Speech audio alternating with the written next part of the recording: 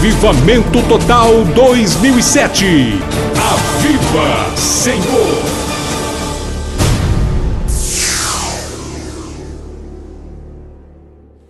E eu não sou, como todos dizem, quando se fala em ex-travestis, em ex-homossexual, a primeira coisa que as pessoas falam é: olha, deve ser filho de católico, de espírita, e na verdade não tem nada a ver com isso.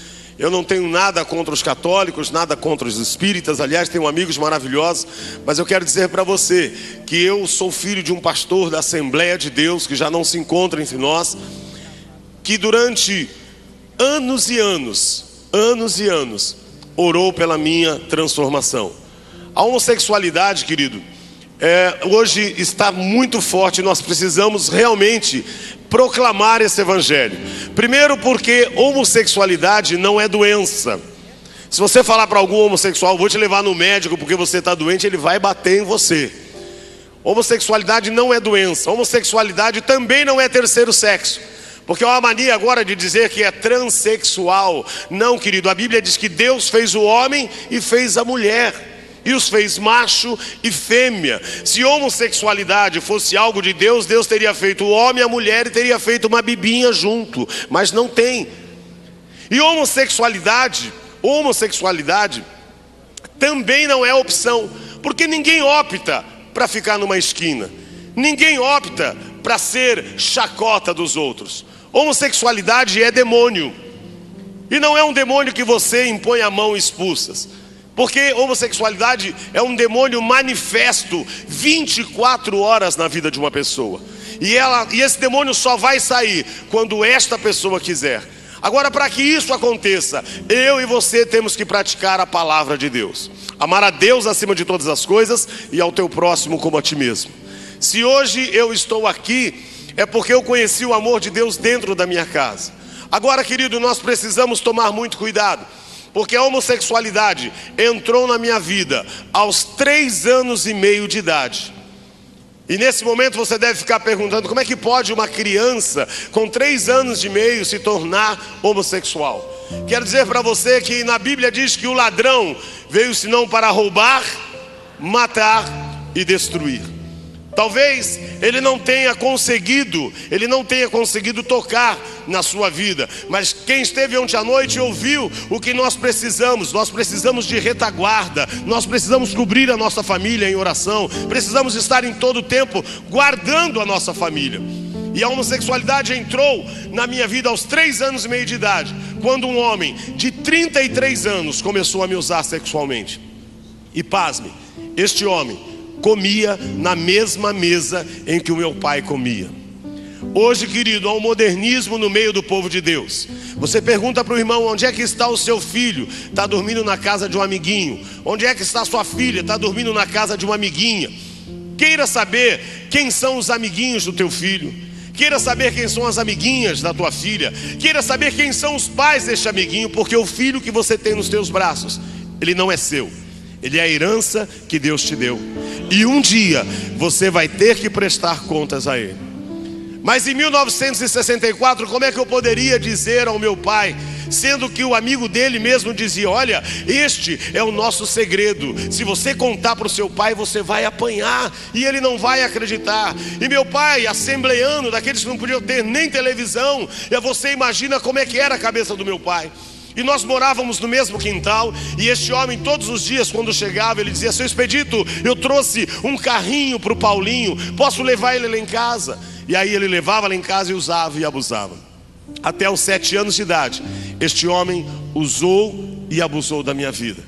Aos 7 anos de idade, nós ganhamos uma casa. Deus abençoou o meu pai, e aí nos deu uma casa, e nós mudamos de casa. Eu confesso que eu achava que aquele homem não fosse mais tocar em mim, mas aquele demônio chamado homossexualismo já estava na minha vida. Mas não demorou muito, uma semana depois que nós mudamos, aquele homem foi fazer uma visita na nossa casa.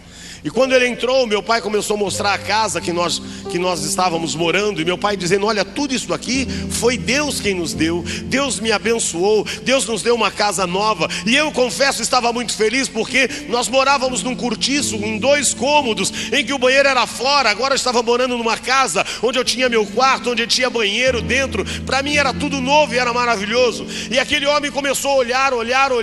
E de repente ele falou: sabe, seu Expedito, eu aproveitei para passar aqui e ver a sua casa, mas é que eu também estou indo trabalhar na minha marcenaria, e hoje é feriado, todos os funcionários estão de folga. Será que eu posso levar o Paulinho comigo até a marcenaria para mim não ficar sozinho? E meu pai inocente dizia: pode levar. E lá aquele homem começou a usar. Lá aquele homem, ele molhava o dedo na cerveja, colocava na minha boca. Lá aquele homem molhava o dedo na pinga, colocava na minha boca. Tirava o cigarro, colocava na minha boca e me ensinou a acender cigarro e muitas outras coisas.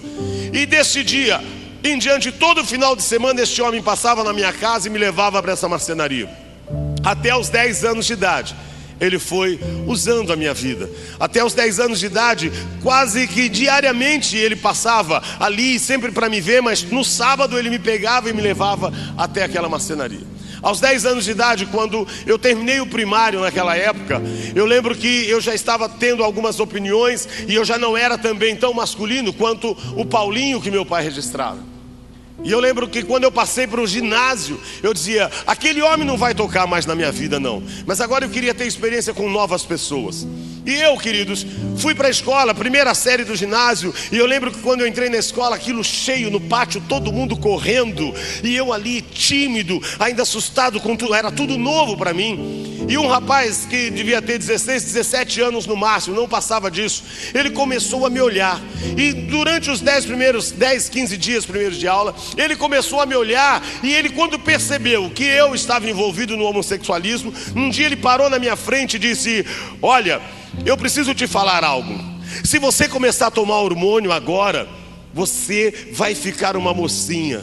Você vai desenvolver os teus seios, você vai ter corpo roliço, você não vai ter barba, o teu cabelo vai crescer. E quando você tiver com uns 14 anos, ninguém vai dizer que você é homem. Na hora eu gritei com ele: para com isso, menino.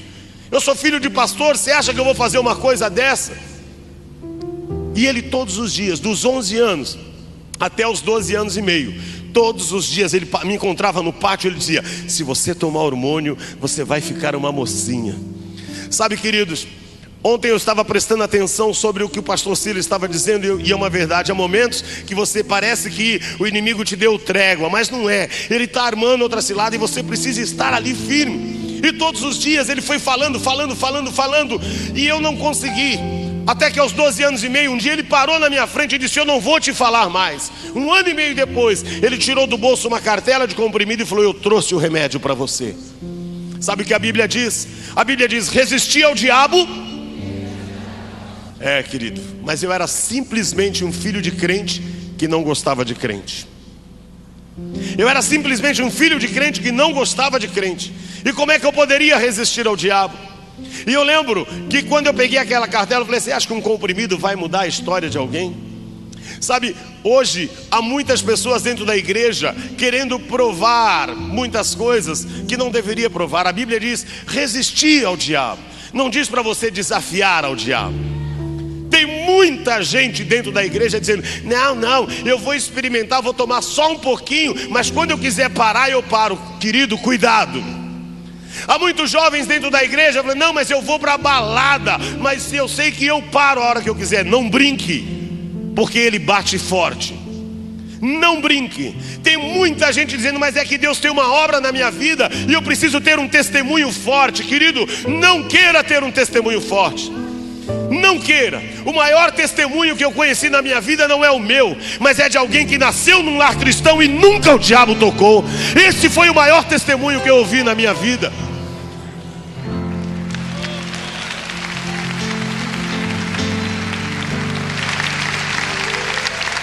O maior testemunho que você pode ter é que nunca o inimigo tocou na sua vida. Eu fico olhando muitos jovens: eu preciso ter experiências lá fora. Não, querido, busque as suas experiências dentro da igreja. Dobre o seu joelho e busque ao Senhor, que Ele te dará experiências maravilhosas. E eu não conhecia e nem queria ouvir o meu pai falar disso. E comecei a tomar aquele comprimido. Quando eu comecei a tomar aquele comprimido, foi justamente dizendo: isso daqui não vai acabar, não vai fazer nada comigo. Tomei um dia, tinha que tomar um por dia. Durante os 10 primeiros dias fui tomando e nada acontecia. Mas vou tomar o resto da cartela. Com 22, 23 dias, um dia eu acordei de madrugada com uma dor no peito horrorosa, achando que eu ia morrer. 4 e pouco da manhã eu levantei com aquela dor no peito, meu peito inchado, e eu dizia: eu vou morrer. Mas eu não podia chamar o meu pai, não podia chamar a minha mãe. E aí eu fiquei na cama gemendo, e ali falava: ai, o que vai acontecer? Quando deu 6 horas da manhã eu levantei, tomei um banho. 7 horas eu entrava na escola. E eu lembro que eu fui para a escola cego, eu só queria ver aquele moço. Quando eu cheguei na escola, quando eu vi, eu voei em cima dele. Disse: o que você fez comigo? Eu vou morrer, o meu peito está doendo. Ele falou: calma, Paulinho, calma. Falei: mas você está muito inchado, eu vou morrer. Ele falou: não, o que você está sentindo não é isso, não virou uma pedra no seu peito. Eu falei: é. Ele falou: mais 2 dias vai estourar essa pedra, e aí o seu seio vai começar a desenvolver. E eu falei: mas e agora? E o meu pai, ele tirou uma faixa, daquelas que a gente enfaixa quando machuca, e falou: põe uma faixa no seu peito. Sabe, querido, tem jovens dentro da igreja que saem para balada, vão para balada, sabe, mentem para pai e mãe, aí tomam umazinha, experimenta, fuma um cigarro, depois quando volta, bota uma balinha house na boca, ou um cravo, achando: mãe, tudo bem? E entra por quarto dizendo: minha mãe não conhece nada, meu pai não conhece nada. Deixa eu falar uma coisa para você, amado. Se tem alguém que te conhece, é a tua mãe. Ela carregou você 9 meses. A maneira que você pisa na porta da tua casa, ela sabe o que você fez ou o que você deixou de fazer. De pai e mãe a gente não esconde nada, não. E eu fiquei muito assustado, porque eu comecei a enfaixar e comecei a ficar rebelde. Meu cabelo começou a crescer, e dos 12 anos e meio até os 14 anos eu fiquei um péssimo filho. E aos 14 anos eu ganhei o primeiro presente de Satanás. Primeiro dia de aula na escola. Quando eu cheguei na escola, 1 ano e meio depois, na divisão de classe, quando começou, todo mundo achou sua classe, a professora começou a fazer a chamada, e ela foi chamando um por um. Quando ela chegou no meu nome, disse: Paulo Sérgio Urias. Eu levantei e disse: presente, professora. Ela falou: cala a boca, menina, eu não estou falando com você. O rapaz disse: não é menina não, é homem. Aí foi aquela bagunça na sala de aula. Ela pediu para que chamasse a diretora. A diretora entrou na sala de aula, e estava aquele alvoroço. A diretora disse: o que é que está acontecendo? A professora disse: Dona Odete Pisapia, que era o nome da diretora da minha escola em Osasco, disse: como é que eu vou dar aula para essa pessoa? Eu não sei como lidar com essa pessoa. Eu não posso mandar fazer educação física com os homens, porque não é homem. Eu não posso mandar fazer educação física com as mulheres, porque não é mulher. Eu era um ET no meio da sala de aula. A diretora disse: Paulinho, pega o seu material. Quando eu peguei o meu material, saindo da escola, saindo da sala de aula, aquela sala de aula dela começou a gritar, o que você já sabe que todo mundo grita na rua. E eu fui saindo, e aquela gritaria, e a diretora na minha frente, eu fui subindo. Quando eu cheguei na sala da diretora, ela sentou, olhou para mim e disse: Paulinho, tudo o que eu podia fazer por você, eu fiz. Mas agora eu não tenho mais condições de te ter aqui na escola. Eu estou te convidando a se retirar da escola. O pecado pode ser bom, mas o salário dele é a morte. Há caminhos que aos nossos olhos parecem ser bons, mas o fim dele é trevas. Peguei o meu material, fui saindo da escola. Quando eu botei o pé para fora do portão da escola, eu disse: o que é que eu fiz com a minha vida? Aí que eu fui ter consciência daquilo que eu estava fazendo. Comecei a sair, me distanciar da escola, e a lágrima descia, porque eu sabia que eu tinha plantado uma semente errada, e que agora eu ia começar a colher. Comecei a chorar porque eu falei: se na escola não me aceitaram, será que o meu pai, pastor da Assembleia de Deus, vai me aceitar? Se na escola eu fui expulso, Qual é o pai que é pastor que vai querer ter um filho homossexual dentro de casa? Eu não sei como é que você veio para este congresso. Talvez muitos possam estar aqui dizendo: quando eu voltar, o que vai ser da minha vida? Eu quero dizer algo a você. Não importa se teu pai, não importa se tua mãe, se os teus amigos te abandonarem, há alguém que não abre mão da sua vida. Chama-se Jesus Cristo. A minha alma estava longe dos caminhos dos céus. Eu era cego, desprezível, pecador, mas Jesus transformou minhas trevas em luz, quando Ele estendeu as suas mãos para mim. Quando Jesus estendeu a sua mão, quando Ele estendeu as suas mãos para mim, eu era pobre, perdido, sem Deus, sem Jesus. Quando Ele estendeu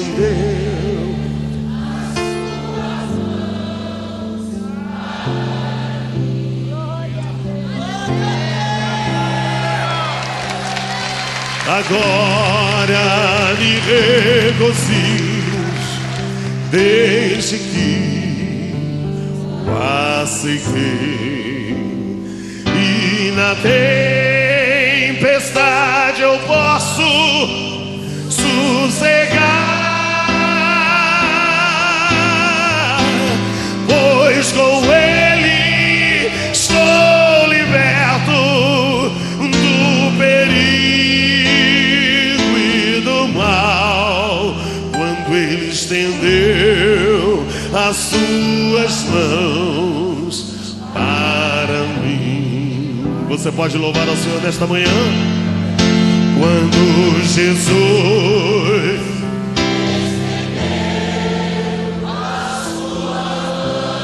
a sua mão, quando Ele estendeu a sua mão para mim,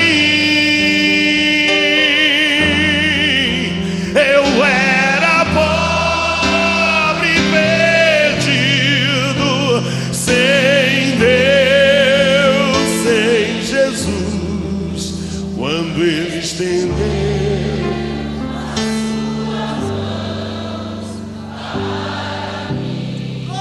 para mim.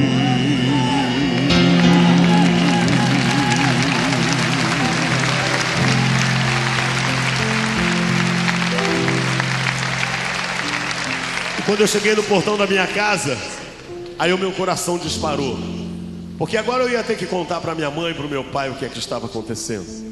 Eu entrei pelo quintal do lado, e quando eu fui entrando, quando eu passei pela janela da cozinha, eu vi minha mãe, minha velha e boa Dona Maria.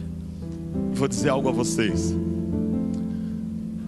Depois de Jesus, a pessoa mais importante da minha vida é a minha mãe. Quando eu entrei na cozinha, minha mãe disse: "O que você está fazendo aqui, menino? Você tinha que estar na escola." Eu disse: "Mãe, eu fui expulso da escola." E comecei a contar por que eu tive que sair da escola. Ela não parou de mexer a comida, uma lágrima descia e ela não disse uma palavra. Eu disse a ela: "Onde é que está meu pai?" "O teu pai está no quarto lendo a Bíblia." Da cozinha até o quarto dos meus pais, eu passava pelo meu quarto. Passei, peguei umas peças de roupa, coloquei numa mochila, porque eu dizia: meu pai vai me mandar embora de casa, então eu já vou fazer a mochila, fica mais prático. Quando eu cheguei na porta do quarto, a porta estava fechada. E eu bati na porta e escutei quando meu pai disse: entra, está aberto. E aí quando eu abri a porta, meu pai estava sentado na cama lendo a Bíblia. Eu disse: pai, eu quero falar com o senhor. Ele não levantava a cabeça, mas eu escutava ele dizendo: fala. Mas eu queria que ele olhasse para mim. Eu dizia: pai, eu quero falar com o senhor. Ele dizia: fala, mas ele não olhava para mim. Até que eu enchi de coragem e disse: pai, eu quero lhe pedir perdão. Ele parou de ler imediatamente, levantou a cabeça como quem diz: perdão do quê? Você saiu de manhã para ir para a escola e quer me pedir perdão? Eu olhei para ele e disse: pai, eu quero lhe pedir perdão, porque eu não sou o filho que o senhor pediu a Deus. Eu sou homossexual, eu gosto de homem, e é por isso que eu quero que o senhor me perdoe, porque eu vou embora de casa, para que ninguém na igreja fique falando que o filho do pastor é homossexual, para que os teus amigos não fiquem rindo do senhor. É por isso que eu vou embora. Então eu quero que o senhor me perdoe, que eu estou indo embora. Quando eu viro as costas, ele me chamou. Quando ele me chamou, eu voltei. Ele falou: dá a sua mão, filho. Quando eu dei a minha mão, ele pegou a minha mão e deu um beijo e falou: olha para cima. Eu olhei para cima, não vi nada, mas eu escutei quando ele disse: Jesus te ama, e eu também te amo. E tudo que você tiver que passar, você vai passar debaixo do mesmo teto que eu, porque você é a herança que Deus me deu.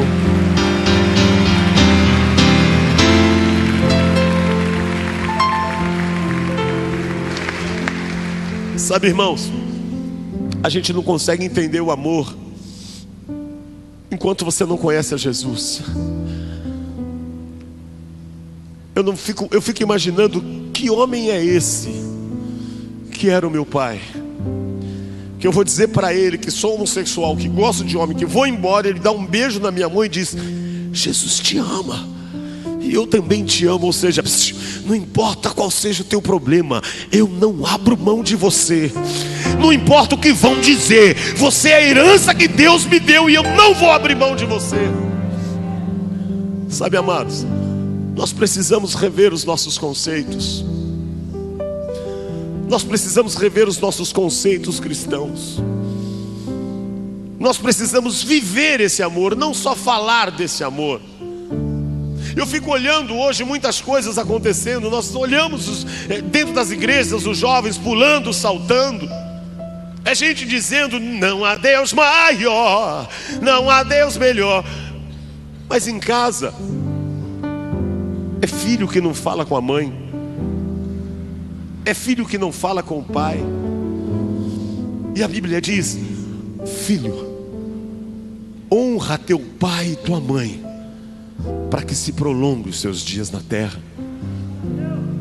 A gente vê pai dentro da igreja cantando hino, chorando, mas em casa também tem pai que não fala com o filho. Tem pais que, porque os filhos não estão dentro da igreja, estão profetizando desgraça na vida deles. Tem pai porque o filho está bebendo, está nas drogas, está dizendo: aquilo vai para o inferno. E eu lembro de pessoas dizendo, crentes dizendo para minha mãe: a Paulette já é do capeta. Minha mãe dizia: não, eu não gerei filho para o capeta. Sabe de uma coisa, queridos? Quando os meus pais chegavam da igreja,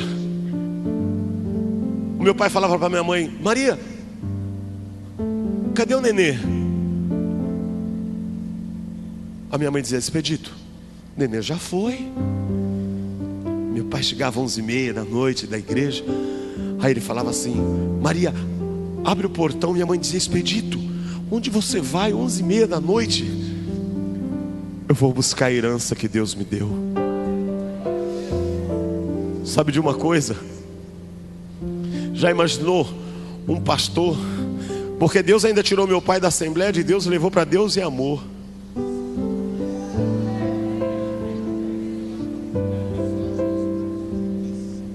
Meu pai pegava o carro 11h30 da noite e vinha para as Bocas. Eu ficava aqui na Rego Freitas, na Major Sertório, na Taliba Leonel, todas essas avenidas quando eu era travesti. E eu lembro que eu ficava, hoje você vê normal, mas naquela época, eu com 14 anos já estava nas esquinas. Quando meu pai chegava, eu só de de bota, de calcinha com os seios de fora. Quando o carro do meu pai parava, os travestis gritavam: Paulete, o pastor! Não dava tempo de eu me cobrir. E eu pelado. Eu dizia: agora vai ser uma baixaria. Meu pai parava o carro na minha frente, descia, abria um sorriso e dizia: filho, Jesus te ama. E Ele mandou eu vir te buscar. Ele dava o braço e eu pelado, Ele abria a porta do carro e eu entrava. Aí Ele pegava um casaco e me cobria.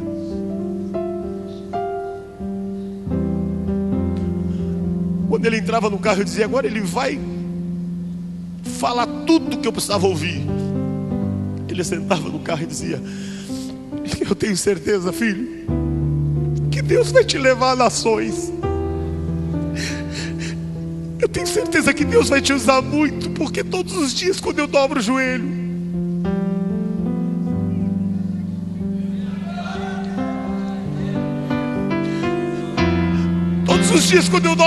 Ele diz: não abandone a herança que eu te dei.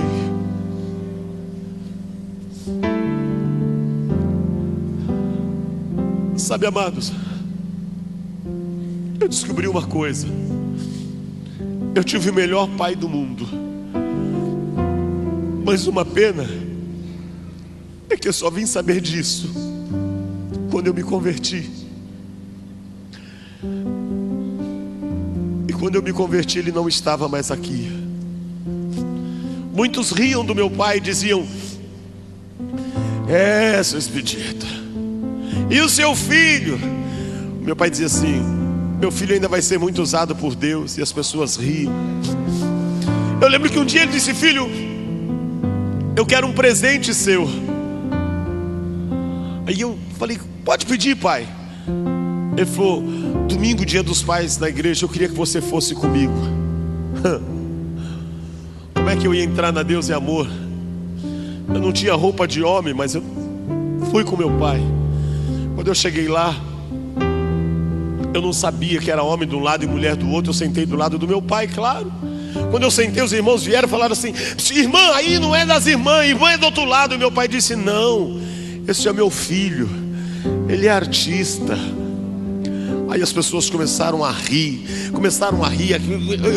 Naquele dia não teve culto, porque todo mundo queria olhar para o filho do pastor, que era endemoniado. Quando terminou, eu queria ir embora, porque eu não aguentava mais ver o meu pai ser humilhado. Que humilhação. Eu falei: pai, eu vou embora. Ele falou: não, filho, nós vamos tomar um lanche dentro da igreja. Eu dizia: pai, mas é melhor eu ir embora. Ele falou: não, dá o teu braço aqui. Me enganchei no braço dele.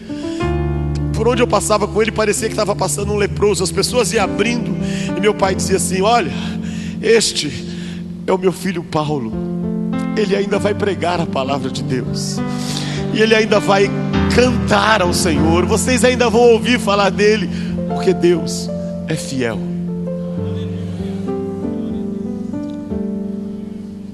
Uma semana antes de meu pai falecer no hospital, ele chamou um irmão Roberval, e disse: irmão Roberval, o Senhor está me chamando, mas eu quero te dizer algo. Talvez eu não veja, mas o Deus que eu sirvo é fiel, e Ele há de cumprir a promessa na vida do meu filho.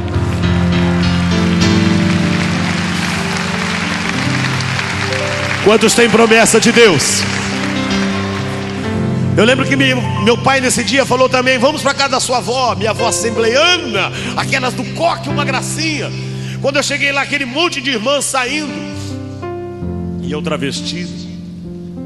Uma irmã perguntou quem eu era, e minha avó disse que eu era o netinho dela. Ela disse: queima Jesus. A minha avó me chamou para a cozinha, que eu queria bater na mulher. E minha avó disse para mim: essa noite eu estava orando a Deus, e Deus disse que eu não vou morrer. Aí eu era muito debochado, falei para minha mãe, falei: mãe, a avó tá louca, a avó esclerosou. Ela disse que falou com Deus e não vai morrer. Não, porque, irmão, vou contar uma coisa: eu tinha pavor desse negócio de Deus falou. Em casa era um tal de Deus falou, Dayan. Eu acordava, meu pai dizia: Deus me falou que te livrou da morte. Eu dizia: ih, coitado, tá falando com Deus, ele não tá bem, meu pai. A minha mãe também falava. Eu dizia: meu Deus do céu, vou falar com a minha irmã, porque minha irmã já é universitária, é outro nível.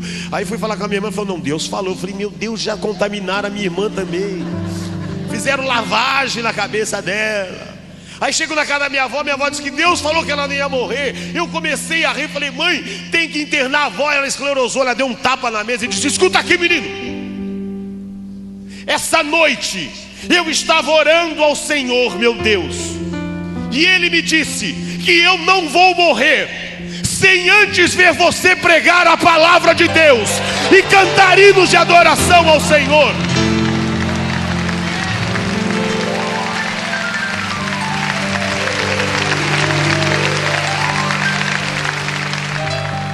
Sabe o que eu quero dizer para você? Você não vai morrer sem antes ver a promessa de Deus se cumprir na sua vida. Ele é Deus forte e poderoso, e o seu nome é fiel. Fiel na terra, no mar e lá no mais alto do céu. Ele é Deus forte e poderoso, e o seu nome é fiel. Fiel na terra, no mar e lá no mais alto do céu. Você tem promessa, vá dormir tranquilo, Ele cumprirá. Faça como Pedro, que foi à prisão para descansar. Tinha uma promessa de ficar mais velho e se converter. E quem tem promessas, antes que se cumpra, não pode morrer. Ele é Deus forte e poderoso, e o seu nome é fiel. Fiel na terra, no mar e lá no mais alto dos céus.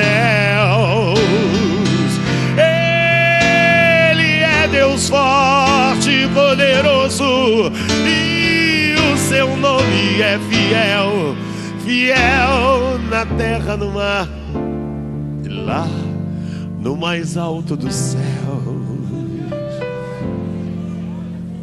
Deus fez uma promessa para Abraão e para o pastor Jabes também, de lhe dar um filho e de fazer grande.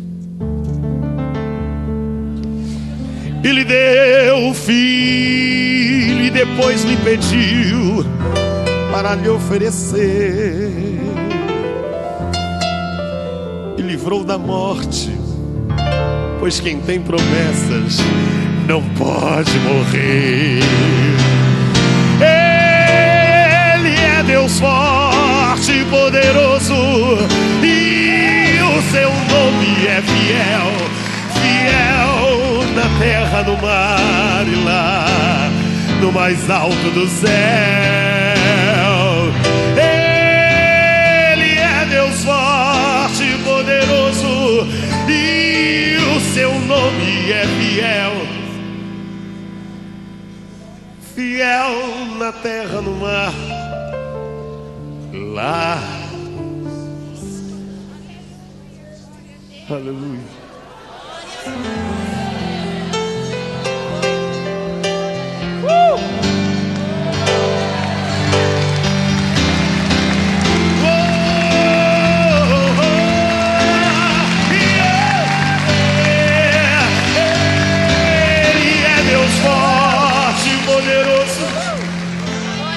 Seu nome é fiel.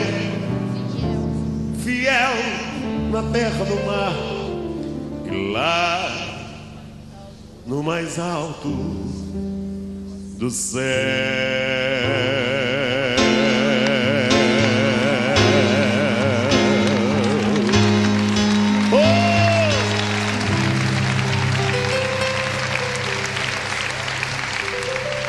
Fala pro teu irmão assim, ó, descansa.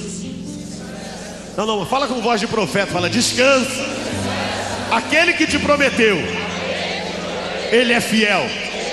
E ele vai cumprir as promessas na sua vida. Aleluia! Sabe de uma coisa, amados? Eu descobri que o melhor pai do mundo Deus deu para mim. Porque quando eu conheci a Jesus, eu descobri uma coisa: nós devemos nos contentar com aquilo que temos. A única coisa que me faz falta todos os dias é que quando eu começo a me trocar, eu lembro da minha mãe todo dia. A minha mãe diz assim: filho, se o teu pai te visse hoje,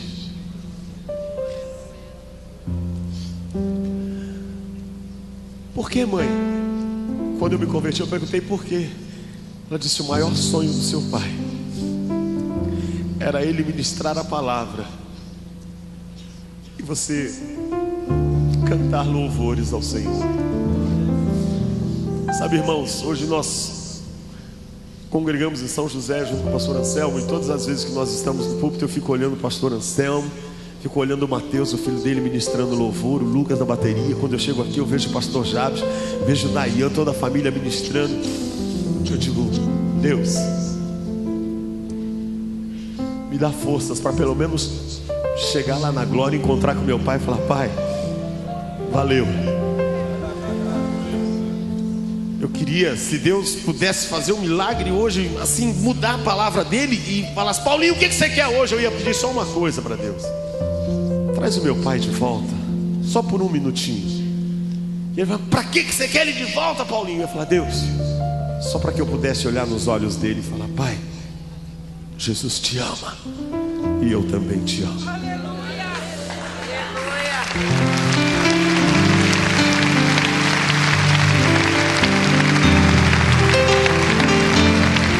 Sabe de uma coisa, amados? Nós falamos tanto do amor. Você que é marido, levante a sua mão.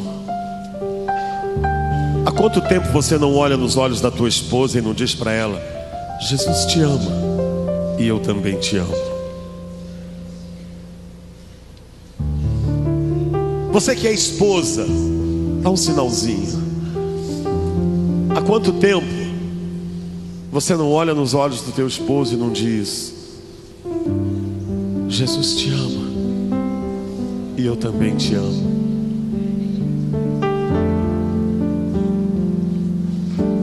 Há quanto tempo você não olha nos olhos do teu filho e não diz para ele: Jesus te ama e eu também te amo? Não importa o estado que os teus filhos estejam. Eu acho que nesta manhã Deus está falando para você: está vendo como a sua luta não é nada perto daquela que o meu servo teve com o Paulinho?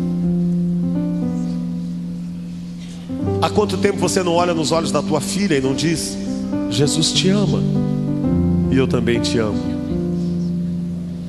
Há quanto tempo você que é filho não olha nos olhos do teu pai e não diz: pai, pisei na bola, mas eu quero dizer para o Senhor: Jesus te ama, pai, e eu também te amo. Mãe, Jesus te ama e eu também te amo.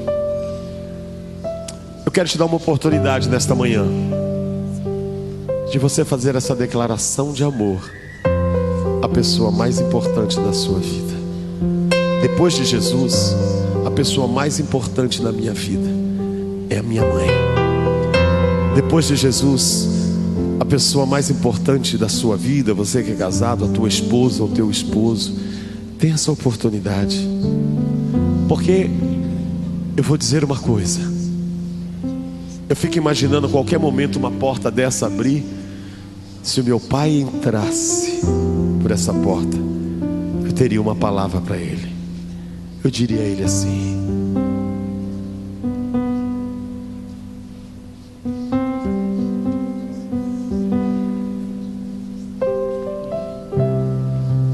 aleluia. aleluia. Eu te amo, Senhor. Talvez a pessoa que você mais ama esteja aí. Pega na mão dessa pessoa. Se o teu pai, se a tua mãe, eu não sei quem está aí, mas se você quiser sair do teu lugar para dizer a alguém que você o ama, não perca essa oportunidade. Porque eu teria esse imenso prazer de dizer para o meu pai: eu não posso mais viver sem ter teu olhar, tua presença. Eu preciso sempre receber teu amor, tua paz intensa. Não quero mais ficar distante.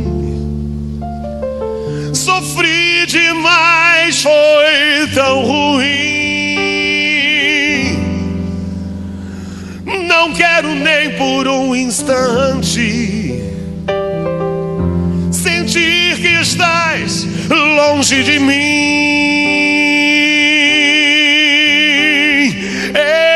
Eu te amo, não me canso de dizer.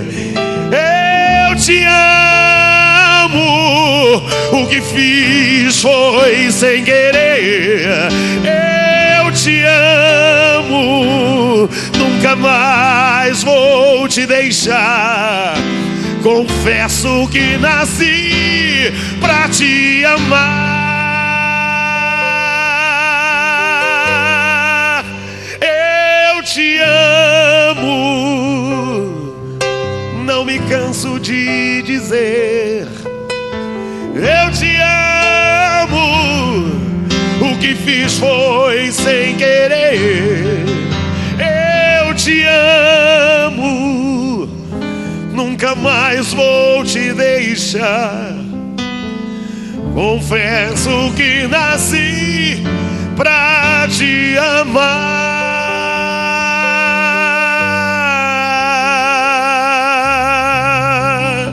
Aleluia. Diga para o teu irmão: Jesus te ama e eu também te amo. Os anos foram se passando. A situação ficou difícil. Eu fui caminhando de mal a pior. A Bíblia diz que um abismo chama outro abismo. Da homossexualidade eu fui para o alcoolismo, do alcoolismo para as drogas. E aí você imagina o que virou a minha vida. Deus recolheu meu pai, mas minha mãe continuou ali, perseverante. A minha mãe continuou ali orando, buscando. E muitas pessoas diziam a ela que eu não tinha mais jeito. E ela dizia: para Deus... Vira para o teu irmão e fala: para Deus nada é impossível. O mundo diz que entrou nas drogas é um caminho sem volta. O mundo diz que entrou no alcoolismo é um caminho sem voltas. O mundo diz que uma vez homossexual, sempre homossexual. O mundo diz que pau que nasce torto, morre torto. Mas eu glorifico a Deus, porque eu conheci um carpinteiro que endireita qualquer pau e ainda faz dele ministro da sua palavra. Será que você pode aplaudir ao Senhor nesta manhã? Eu quero que você entenda uma coisa. Durante 37 anos eu tive uma vida desgraçada. Mas Deus é bom, sabe o que faz, e Ele sempre tem razão. No dia 27 de setembro de 1997, depois de ter música em tema de novela, disco gravado, ganhei 3 prêmios Sharp, eu entrei dentro de uma igreja, de saltinho, com uma calça de pele de tigre, uma bata cheia de strass preta, um batonzinho rosa, a sobrancelha, um arco, aquele cabelão comprido. E naquele dia, quando eu entrei na igreja, todo mundo ficou desesperado. Mas naquele dia, Deus disse a uma irmã: pastor, o senhor vai dar oportunidade no culto? Aí o pastor disse: vou. Aí ela disse: sabe o que é? O irmão Paulete fez um hino. Já imaginou o pastor Jaime anunciando: vamos receber o irmão Paulete de Saltinho?